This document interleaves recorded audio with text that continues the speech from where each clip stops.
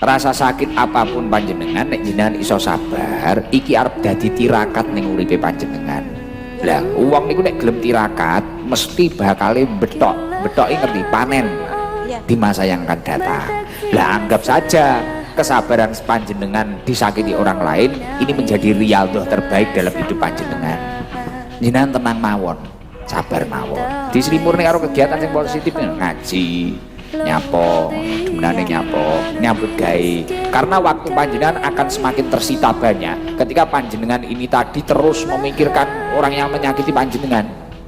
Jangan malah gak jadi produktif, gak berkembang.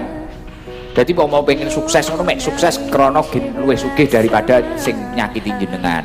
Mau pengen mulya gen mulya daripada sing nyakiti jenengan. Lah kuwi wis gak kelas. Jenengan fokus mawon kali kesaenan sing jenengan lampahi, istiqomah dalam kebaikan.